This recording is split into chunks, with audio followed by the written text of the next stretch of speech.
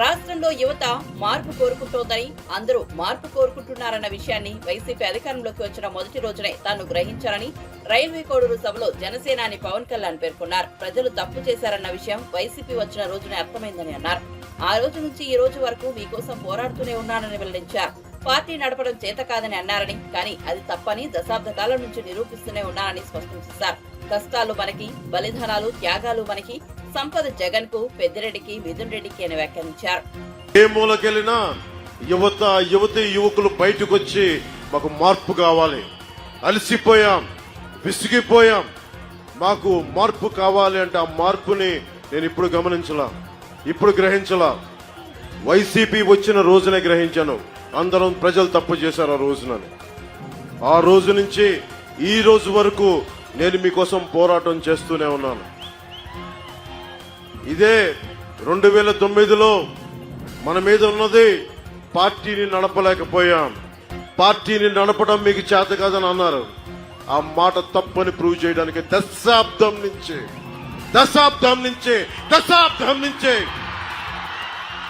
నిలబెట్టి చూపించాం, నిలబడి ఉన్నాం, మీ భవిష్యత్తు కోసం ఉన్నాం.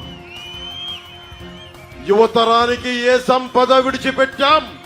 యుద్ధము, రక్తము, కన్నీరు తప్ప, గాయాలు, బాధలు, వేదనలు తప్ప, కలలు తప్ప, పిరికితనం, మోసం తప్ప. కష్టాలు మనకి, సంపద పెద్దిరెడ్డి గారికి, మిథున్ రెడ్డి గారికి, జగన్ రెడ్డి గారికి.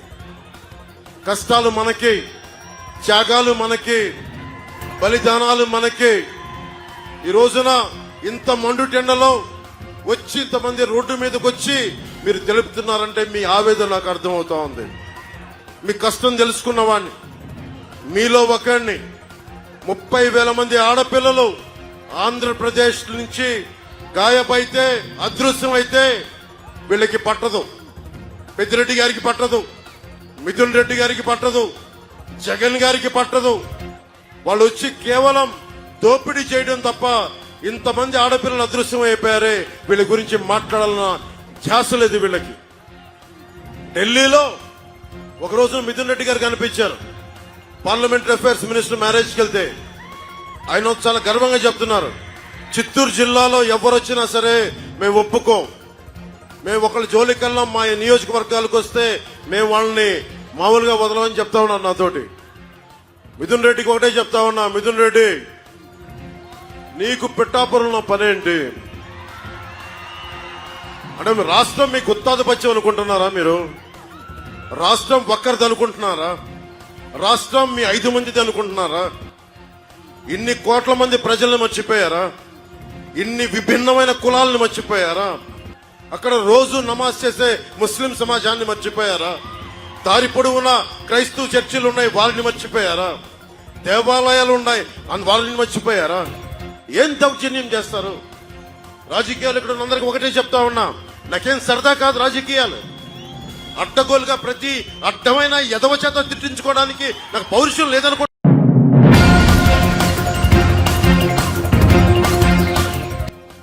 తన బిడ్డకు బెయిల్ రావడం కోసం కేసీఆర్ బీజేపీకి మద్దతిస్తున్నారని తెలంగాణ ముఖ్యమంత్రి రేవంత్ రెడ్డి ఆరోపించారు. గురువారం ఆయన రాజేంద్ర నగర్ లో రోడ్ షో నిర్వహించారు. ఈ సందర్భంగా మాట్లాడుతూ చేవెళ్లలో బీఆర్ఎస్ నుంచి కాసాని జ్ఞానేశ్వర్ ముద్రాజు బరిలోకి దింపినప్పటికీ వెనక నుంచి కొండా విశ్వేశ్వరరెడ్డికి మద్దతిస్తున్నారని ఆరోపించారు. కారు తుప్పు పట్టిపోయినందునే బీఆర్ఎస్ అధినేత కేసీఆర్ ఇప్పుడు బస్సు యాత్ర అంటూ తిరుగుతున్నాడని ఎద్దేవా చేశారు. గతేడాది డిసెంబర్ 3న తెలంగాణ ప్రజలు కారును షెడ్డుకు పంపించారని ఎద్దేవా చేశారు. షెడ్డుకు పోయిన కారు తుప్పు పట్టిందని, ఇక అది బయటకు రాదన్నారు.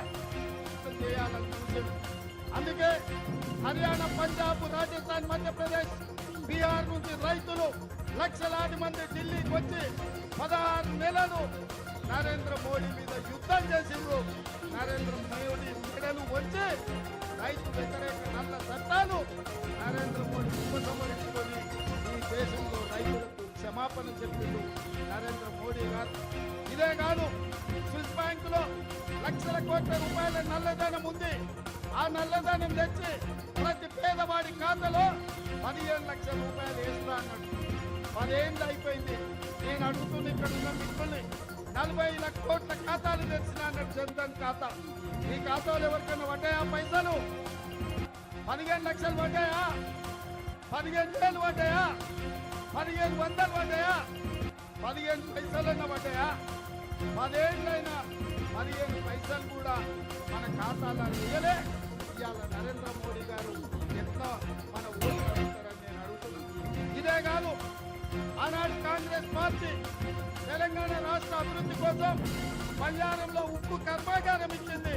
కానీ ఆ ఉక్కు కర్మాగారాన్ని నరేంద్ర మోడీ అడుగుతున్నాడు. కాజీపేటలో రైల్వే కోచ్ ఫ్యాక్టరీ ఇచ్చింది. నరేంద్ర మోడీ దాని ముందు ఓడియలేదు. దాన్ని అడ్డుకొని లాతూర్కు తీసుకుపోయాడు.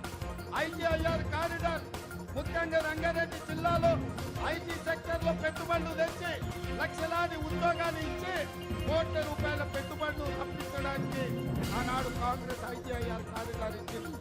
దాన్ని కూడా రద్దు చేసిండు. ట్రిపుల్ ఇయ్యలే, ఐఐఎం ఇయ్యలే, మనకు గిరిజన యూనివర్సిటీ ఇస్తే మొన్నటి వరకు అధికారి లేదు. కాంగ్రెస్ ఇచ్చిన వాటిని రద్దు చేసిండు. నరేంద్ర మోడీ చెప్పిన మాటలు నమ్మించి మోసం చేసిండు. బీజేపీ వాళ్ళు నమో అంటుంటారు. నమో అంటే ఏంటంటే నమ్మించి మోసం చేయడం. ఇవాళ నమో అంటే నమ్మించి మోసం చేసిండు నరేంద్ర మోడీ. అందుకే ఇవాళ తెలంగాణ ప్రజలారా ఆలోచన చేయండి. నరేంద్ర మోడీ ఒక మాట చెప్తున్నాడు. ఇవాళ సిద్దిపేటలో అమిత్ షా మాట్లాడిండు. నిన్న నరేంద్ర మోడీ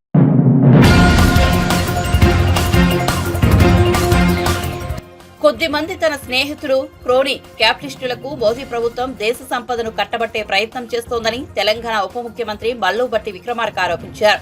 మోదీ పాలనపై గాంధీ భవన్ లో నయవంచన, 10 ఏళ్ల మోసం, 10 ఏళ్ల విధ్వంసం పేరుతో కాంగ్రెస్ ఛార్జిషీట్ ను విడుదల చేసింది. ఈ సందర్భంగా బట్టి విక్రమార్క మాట్లాడుతూ జనాభాను కులాలు, మతాలుగా విభజించి మత కల్లోలాలు సృష్టించేందుకు బీజేపీ ప్రభుత్వం ప్రయత్నాలు చేస్తోందన్నారు.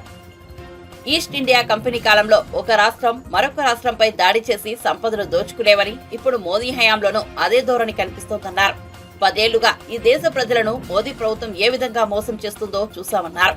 లోక్సభ ఎన్నికల్లో గెలుపొందేందుకు మోసపూరిత హామీలు ఇస్తోందని ఆరోపించారు. తమ ప్రభుత్వం అధికారంలోకి వస్తే ఏటా 2 కోట్ల ఉద్యోగాలు ఇస్తారని మోదీ గతంలో హామీ ఇచ్చారని, కానీ 10 ఏళ్లలో ఈ హామీని నెరవేర్చలేదన్నారు.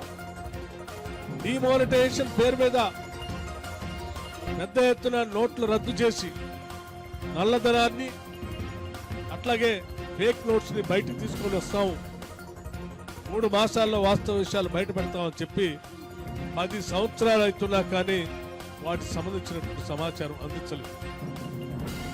మనందరికీ తెలిసిందే, కాంగ్రెస్ పార్టీకి సంబంధించిన యువ నాయకుడు రాహుల్ గాంధీ గారు భారతీయ జనతా పార్టీకి వ్యతిరేకంగా శ్రీ నరేంద్ర మోడీ గారు తనకు సంబంధించినటువంటి సన్నిహిత మిత్రులు క్రోనీ క్యాపిటలిస్ట్ కి ఈ దేశ సంపదని, దేశ వనరులు ఏ రకంగా దోచిపెడతా ఉన్నారో కన్యాకుమారి నుంచి కాశ్మీర్ వరకు పాదయాత్ర చేసి ఈ దేశానికి స్పష్టంగా చెప్పడం జరిగింది. వనరులన్నింటినీ కూడా ప్రజలకే చెందాలని కాంగ్రెస్ పార్టీ రాహుల్ గాంధీ గారి నాయకత్వంలో, ఖర్గే గారి నాయకత్వంలో పెద్ద ఎత్తున ఒక పక్కన పోరాటం చేస్తా ఉన్నాం. దేశ ఆస్తులు, దేశ సంపద, ప్రభుత్వ రంగ సంస్థలు అన్నింటినీ తనకు సంబంధించినటువంటి క్రోనీ క్యాపిటలిస్ట్ కే దారాదత్తం చేస్తా అని చెప్పేటువంటి నరేంద్ర మోడీ గారి నాయకత్వం ఇంకో పక్కన నడుస్తా ఉంది. ఈ దేశ ప్రజాస్వామ్యాన్ని కాపాడటం కోసం రాహుల్ గాంధీ గారి నాయకత్వంలో భారతీయ జనతా పార్టీకి వ్యతిరేకంగా ఈ దేశంలో క్యాస్ట్ సెన్సస్ చేసి జనాభాలో ఉన్నటువంటి అధిక శాతం ప్రజానికానికి సంపదనంతా కూడా పంచడానికి ప్రయత్నం చేస్తున్నామని చెప్పేటువంటి కార్యక్రమం రాహుల్ గాంధీ గారి నాయకత్వంలో పక్కన జరుగుతూ ఉంది. కాదు కూడదు కొద్ది మంది సంబంధించినటువంటి వ్యాపారస్తుల చేతుల్లోనే ఈ దేశ సంపదను పెడతామని చెప్పి నరేంద్ర మోడీ గారి నాయకత్వంలో భారతీయ జనతా పార్టీ కార్యక్రమం ఓ పక్కన నడుస్తాం. ఈ రకంగా దేశ సంపద గురించి, ప్రజాస్వామ్యం గురించి, లౌకికవాదం గురించి, ఈ దేశ రాజ్యాంగం గురించి జరుగుతున్నటువంటి ఎన్నికల పోరులో ఈ దేశాన్ని, రాజ్యాంగాన్ని, సంపదని, ప్రజలందరినీ కాపాడుకోవటం కోసం కాంగ్రెస్ పార్టీ ఒక పక్కన పోరాటం చేస్తా ఉంది. ఈ దేశ సంపదని అట్లాగే దేశ జనాభాను విభజించి అల్లకల్లోలం సృష్టించి అధికారాన్ని చెలాయించడం కోసం భారతీయ జనతా పార్టీ ఒక పక్కన ప్రయత్నం చేస్తున్నాం. వీటన్నిటినీ కూడా ఈరోజు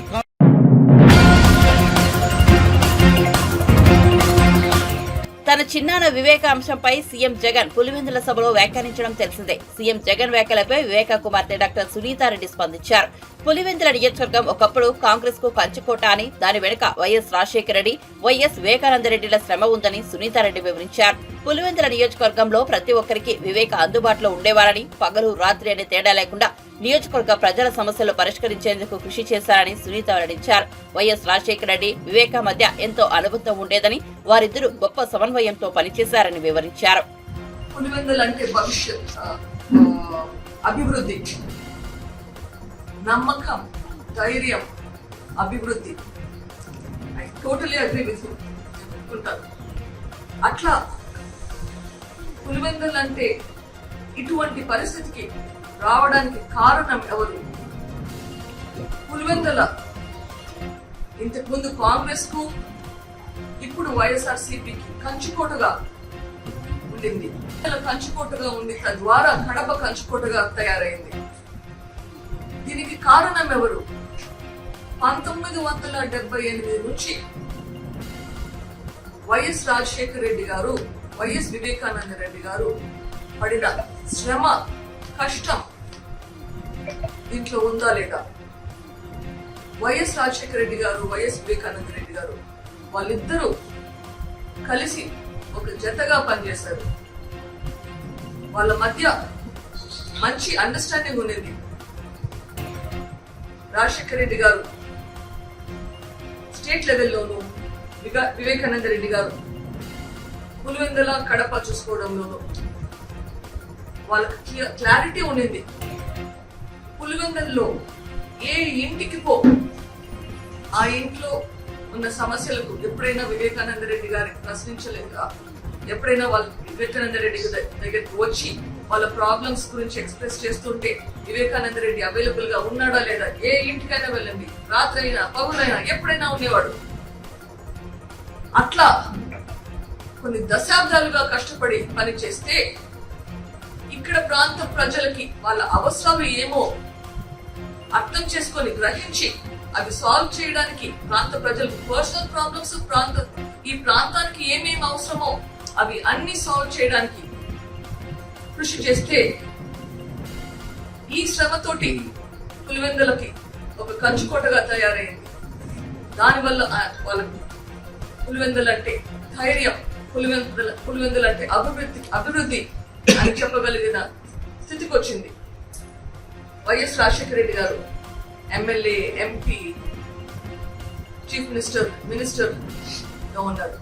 వైఎస్ వివేకానంద రెడ్డి గారు పులివెందుల్లో సమితి ప్రెసిడెంట్ గా ఉండి, లయన్స్ క్లబ్ గవర్నర్ గా ఉండి, ఎమ్మెల్యేగా ఉండి, ఎంపీగా ఉండి, మినిస్టర్ గా ఉండి ఎన్ని పనులు చేశారు మనకందరికీ తెలిసిందే.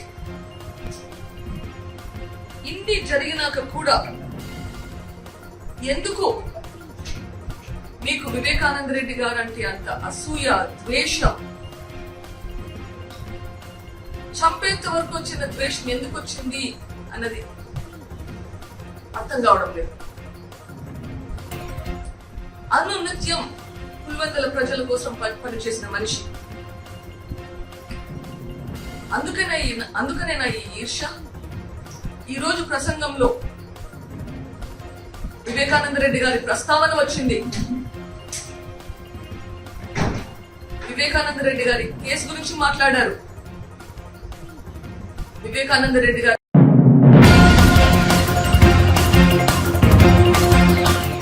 2,000గా ఉన్న పెన్షన్ ను ఓట్ల కోసం 4,000 చేస్తానని చెప్పి ఓట్లేయించుకున్న తర్వాత హామీ నెరవేర్చకుండా ప్రజలను మోసం చేసిన రేవంత్ రెడ్డి చేసింది నయవంచన అని మెదక్ లోక్సభ నియోజకవర్గం బీజేపీ అభ్యర్థి రఘునందన్ రావు ఆగ్రహం వ్యక్తం చేశారు.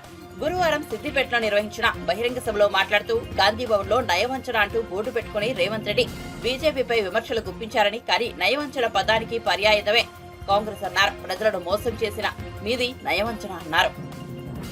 కేంద్ర నాయకత్వం నరేంద్ర మోడీ గారి ఆశీస్సులతో భారతీయ జనతా పార్టీ అభ్యర్థిగా నేను బీజేపీ నుంచి పార్లమెంటుకి మీ అందరి ఆశీస్సులు కోరుతూ, నరేంద్ర మోడీ గారి దీవెనలతో, కేంద్ర పార్టీ ఆశీస్సులతో ఈ రోజు నేను భారతీయ జనతా పార్టీ అభ్యర్థిగా మీ ముందుకు రావడం జరిగింది. ఇంకో పక్క 10 సంవత్సరాలు ఈ రాష్ట్రాన్ని దోచుకొని దొరికిన కాడికి ప్రతి భూమిని అమ్ముకొని ధరణి పేరు మీద ప్రాజెక్టుల నిర్వహణ పేరిట అనేక రకాలైనటువంటి అవకతవకలు చేసి తను చేసిన తప్పుడు పనులని కప్పిపుచ్చుకోవడానికి చివరి దశలో కేసీఆర్ గారి కాళ్ళు మొక్కి కలెక్టర్ ఉద్యోగానికి రాజీనామా చేసి 2021లో ఎమ్మెల్సీ అయినటువంటి వెంకట్రామరెడ్డి గారు ఇంకో పక్క బీఆర్ఎస్ పార్టీ అభ్యర్థిగా వస్తా ఉన్నాడు. ఒకసారి ఆలోచించాలి, వెంకట్రామరెడ్డి గారు ఏం చెప్తా ఉన్నాడు? నేను ఈ జిల్లాకి బాగా సేవ చేసిన, కలెక్టర్గా పనిచేసిన, 10 ఏళ్ళు నేను కలెక్టర్గా పనిచేస్తే మీ అందరి కష్టాలు తీరేలాగా మీ అందరి బిడ్డగా పనిచేసిన అని చెప్తున్నాడు. ఒక్కసారి మనం వెంకట్రామరెడ్డి గారిని ఈ మీటింగ్ తర్వాత ఇంటికి పోయిన తర్వాత ప్రతి కషీర్ కాడ ఒక పంచాయతీ పెట్టి అడగాలి. ముఖ్యంగా మా దుబ్బాక నియోజకవర్గం మల్లన్న సాగర్ ముంపు గ్రామాలు ఆ రైతన్నలు ఒక ప్రశ్న అడగాలి. వేములగట్ గ్రామంలో మల్లారెడ్డి అనేటువంటి రైతు తన తల్లిదండ్రులు కట్టించినటువంటి ఇంటి వాసాలని పైనున్నటువంటి దులాలని సెంటర్లో పెట్టి చిటిగా వేర్చుకొని పెట్రోల్ పోసుకొని తనను తగలబెట్టుకున్నటువంటి మల్లారెడ్డి చావుకి కారణం ఈ వెంకట్రామరెడ్డి. అవునా కాదా మనం ఒకసారి చర్చ పెట్టాలి. గ్రామాల్లో ప్రాజెక్టులు కట్టొద్దా అంటున్నారు. ప్రాజెక్టులు కట్టొద్దని బీజేపీ చెప్పలే. కేసీఆర్ ముఖ్యమంత్రి అయ్యే కంటే ముందే ఈ దేశంలో చాలా మంది ముఖ్యమంత్రులు చాలా ప్రాజెక్టులు కట్టిర్రు. కానీ రైతుల ఉసురు తీసుకోలే, రైతుల్ని కోసపోసుకోలే, అర్ధరాత్రి పోలీసు వాళ్ళని పెట్టి ఈ రకంగా ఊర్లు ఖాళీ చేయలేదు. ఒక్క చంద్రశేఖరరావు గారి హయాంలోనే కాంట్రాక్టర్లకు దోషిపెట్టేందుకు రంగనాయక్ సాగర్ పేరు మీద, మల్లన్న సాగర్ పేరు మీద, కొండపోచమ్మ సాగర్ పేరిట ఏం జరిగిందో సిద్దిపేట జిల్లా ప్రజలందరికీ తెలుసు. ప్రాజెక్టుల కోసం రాత్రి పోలీసు వాళ్ళని పెట్టి, జామర్లు పెట్టి, ఊర్లకు ఊర్లు డీసీఎంలు పెట్టి జనాలను ఖాళీ చేయించినటువంటి మూర్ఖుడు ఎవడంటే వెంకట్రామరెడ్డి తప్ప ఇంకొకటి కాదు. ఏం చెప్తుండ నన్ను ఎంపీగా గెలిపింది, 100 కోట్లు పెట్టి స్కూళ్ళు పెడతా, 100 కోట్లు పెట్టి కాలేజీలు పెడతా అంటుండు. ఒకటి ఆలోచించాలి, మనం ఒకటి అడగాలి దయచేసి. 2021లో వెంకట్రామరెడ్డి చంద్రశేఖరరావు కాలు మొక్కితే 2021లో ఎమ్మెల్సీ అయిండు వెంకట్రామరెడ్డి. వెంకట్రామరెడ్డి ఇలా కొత్తగా రాజకీయాలకు వస్తలేడు. వెంకట్రామరెడ్డి 2021లోనే ఈ జిల్లా కలెక్టర్ గా ఉండి కేసీఆర్ కాళ్ళు మొక్కిపోయి అక్కడ ఎమ్మెల్సీ అయి కూర్చున్నాడు. వెంకట్రామరెడ్డి గారు 2021లో గెలిచినావు కదా, నీకు నిజం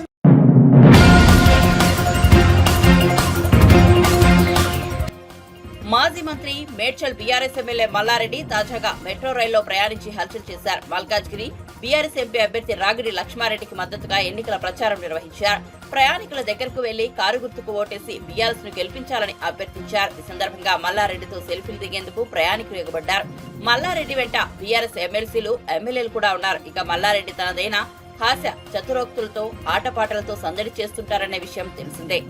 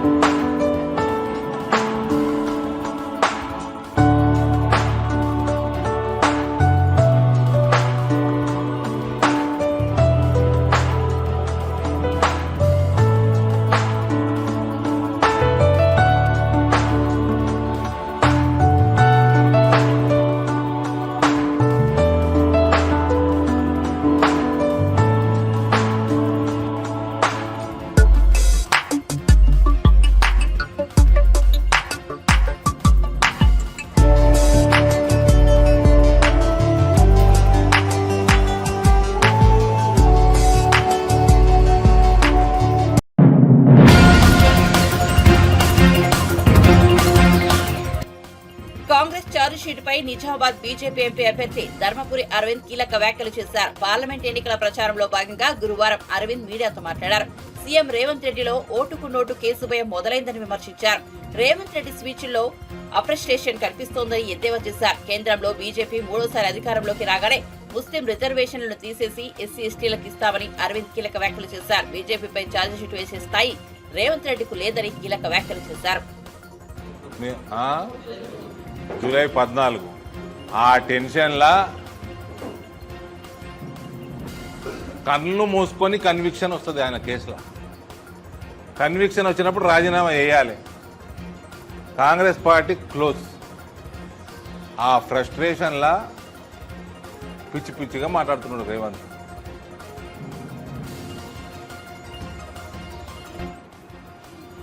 ఛార్జ్ షీట్ అట ఛార్జ్ షీట్ ఏం ఛార్జ్ మీ కాంగ్రెస్ పార్టీ డిశ్చార్జ్ అయిపోయింది.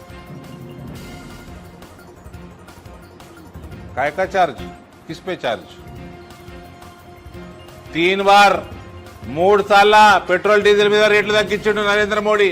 నువ్వు తగ్గావా? 6 నెలలు అవుతుంది కదా తమరు ముఖ్యమంత్రి. ఎందుకు తగ్గిస్తలేవు? హైయెస్ట్ రేటు పెట్రోల్ డీజిల్ తెలంగాణలో. కేసీఆర్ తగ్గియలేదని ఇంటికి పంపినరు. తమరు వచ్చి 6 నెలలు అవుతుంది. పంపి మరి తగ్గిపి. దానికి కూడా డేట్ ఇస్తాడా? 25 డిసెంబర్ క్రిస్మస్ ఇస్తాడా?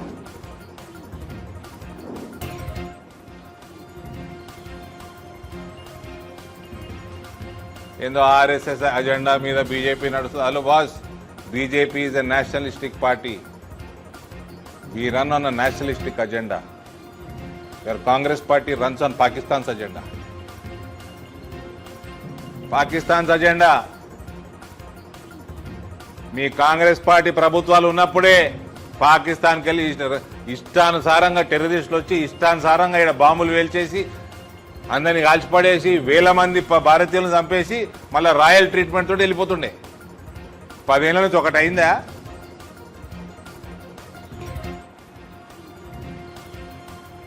టెర్రరిజం అజెండా ఇంప్లిమెంట్ చేసే పార్టీ మీ కాంగ్రెస్ పార్టీ. మీ మేనిఫెస్టో ఎట్లున్నదంటే మీ మేనిఫెస్టో భారతదేశానికి తాలిబాన్ అడ్డా చేసే మేనిఫెస్టో మీది.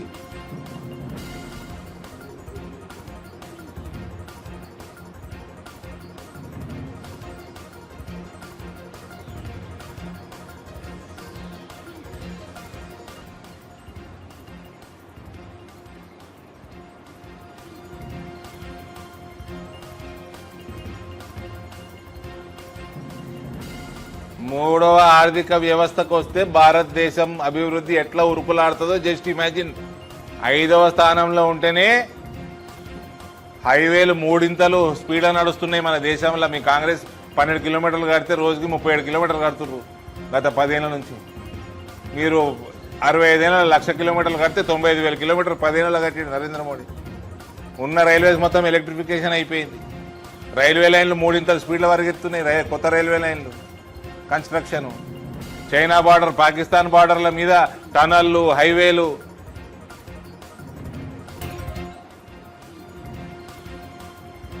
ఇన్ఫ్రాస్ట్రక్చర్ పెంచేసిండ్రు.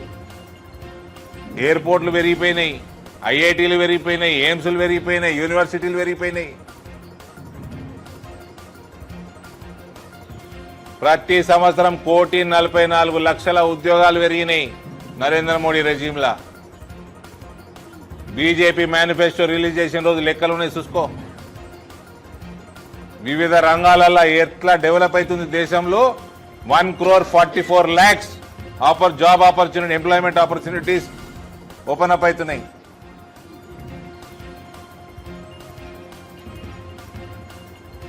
అరే వీళ్ళకి వ్యవసాయ శాఖలకు వెళ్ళేట పసుపు బోర్డు తెస్తారండి.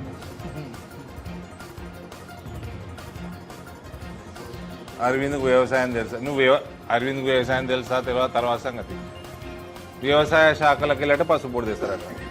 70 ఏళ్ళు అట్లనే టైం వేస్ట్ చేసారు రాంగ్ అడ్రస్లకు పోయి. ఒకసారి బీజేపీ గెలిస్తే చక్కగా కామర్స్కి పోయి వాణిజ్య శాఖకు పోయి తెచ్చేసింది పసుపు బోర్డు. ఇక వీళ్ళు ప్రభుత్వం నడిపిస్తారు. ఆర్థిక సంక్షోభంలోకి తెలంగాణని నెట్టేస్తున్నది Congress party. Power crisis, financial crisis. Congress party anyways is always in political crisis.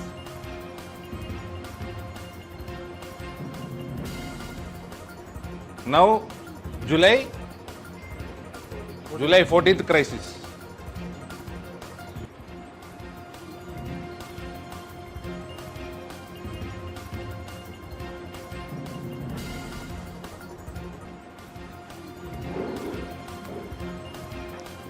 First మీ రాహుల్ గాంధీని ఛార్జ్ చేసుకో, తర్వాత బీజేపీ మీద ఛార్జ్ షీట్లు తర్వాత బీజేపీ జోలికి రా. ఫస్ట్ మీ రాహుల్ గాంధీని ఛార్జ్ చేసుకో. ఆ ఛార్జ్ పోయి బ్యాటరీ డెడ్ అయిపోయింది. ఛార్జ్ ఎక్కించినా ఎక్కుతలేదా? 2009 నుంచి ఛార్జ్ ఎక్కిస్తూనే ఉన్నారు, ఎక్కుతలేదు రాహుల్ గాంధీ.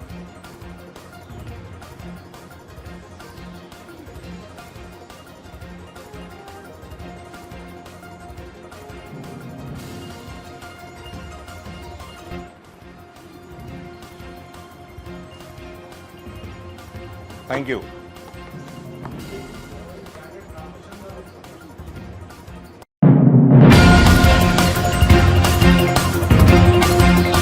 పార్టీలో చేరికలపై తెలంగాణ కాంగ్రెస్ సీనియర్ నేత మాజీ ఎమ్మెల్యే జగ్గారెడ్డి కీలక వ్యాఖ్యలు చేశారు. గురువారం జగ్గారెడ్డి, కోదండరెడ్డి సమక్షంలో పలువురు కాంగ్రెస్ పార్టీలో చేరారు.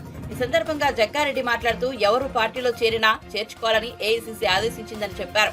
పార్టీ అభ్యర్థికి నష్టం చేసిన వాళ్లైనా చేర్చుకోవాలని ఏఐసీసీ నిర్ణయం తీసుకుందని వెల్లడించారు.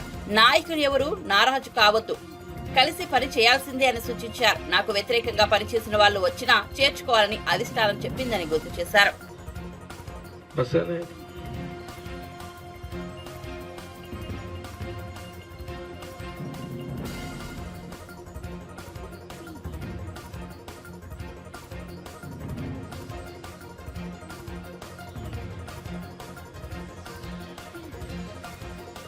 ప్రెస్ మీట్ అయిపోతాం.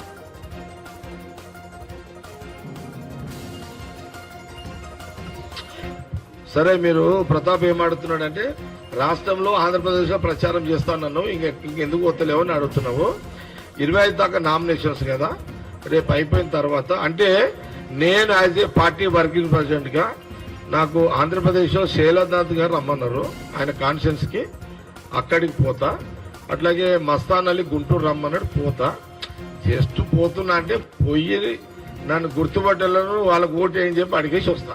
నేను గీటింగ్లో ఏముండయి, బహిరంగ సభలు ఉండయి. తెలంగాణలో కూడా మా మెదక్ పార్లమెంట్లో సంగారెడ్డి ఎట్లా ఆల్రెడీ మీటింగ్స్ అయిపోయినాయి కాబట్టి మిగతా నియోజక పడించరు కూడా అయిపోయింది. కార్యకర్తల మీటింగ్ చెప్పి అందరిని కూడా యాక్టివ్ చేయడము. దాని తర్వాత వీలైనంత వరకు కొన్ని పార్లమెంట్లో కొన్ని నియోజకవర్గాలు తిరిగి అక్కడక్కడ కార్యకర్తలను కలిసి ప్రెస్ మీట్లు పెట్టి కొంత అందరినీ కూడా కొంత అంటే నెత్తికొచ్చేయి. అందరు మా మినిస్టర్స్ అందరూ ఆల్రెడీ సీఎం ముఖ్యమంత్రి గారు ఆల్రెడీ నామినేషన్, రేవంత్ రెడ్డి గారు ఒక వరుస అయిపోయింది ఆల్రెడీ. ఏది ఈ నామినేషన్ల పేరు మీద అన్ని పార్లమెంట్లు తిరిగి వచ్చేసిండు. ఆయన మళ్ళీ సెకండ్ ఫేజ్ కూడా ఉంటుంది, బట్టి విక్రమార్క ఉంటుంది. ఇప్పుడు మినిస్టర్స్ ఆల్రెడీ ఎవరి పార్లమెంట్లో వాళ్ళు ఫుల్ తిరుగుతున్నారు. రాహుల్ గాంధీ గారు, ప్రియాంక గాంధీ గారు, ఖార్గే గారి సభలు కూడా ఉంటాయి. రేపు నేను అనుకుంటా రేపు విటాస్ టైం కాగానే షెడ్యూల్ వస్తుంది.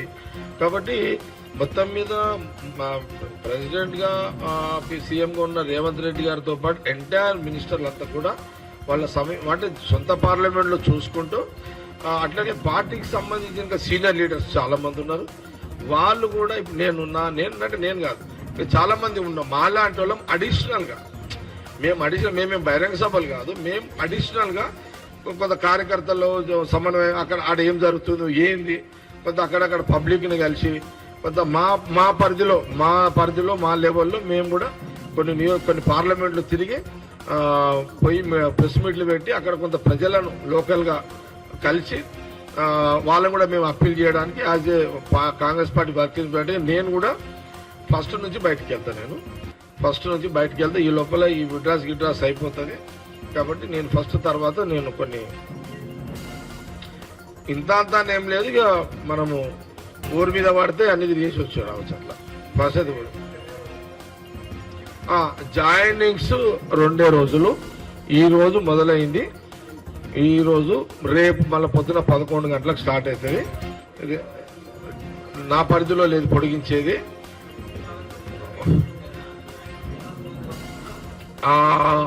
ఏమంటున్నావు రాజు?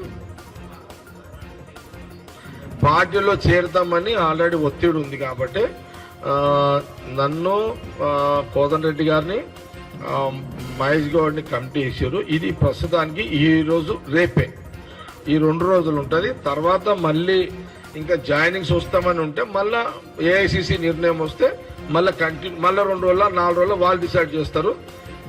ఎక్స్టెన్షన్ అవుతుందా అదిగా వాళ్ళు డిసైడ్ చేస్తారు.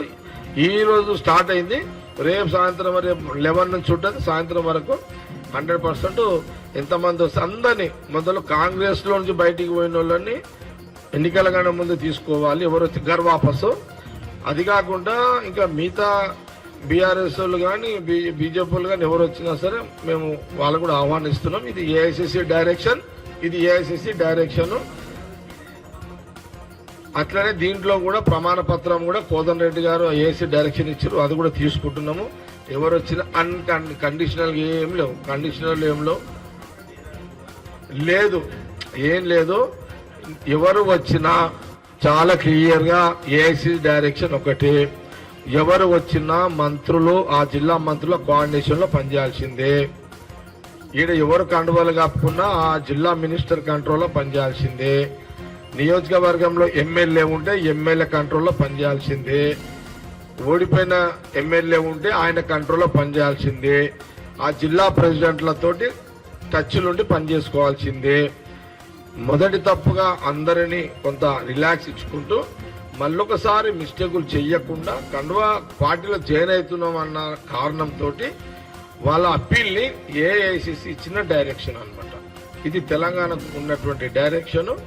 ఇక మేము ఇలా కండువా కప్పుకున్నాం కదా, నేను ఇక జిల్లా ప్రెసిడెంట్ చెప్తేనా, నేను మినిస్టర్ చెప్తే అయినా, లేకపోతే నా ఎమ్మెల్యే చెప్తే అయినా, లేకపోతే నేను ఓడిపోయిన ఎమ్మెల్యే కదా చెప్తే ఈయన అంటే నడవదు, పాతోడు అంటే కూడా నడవదు.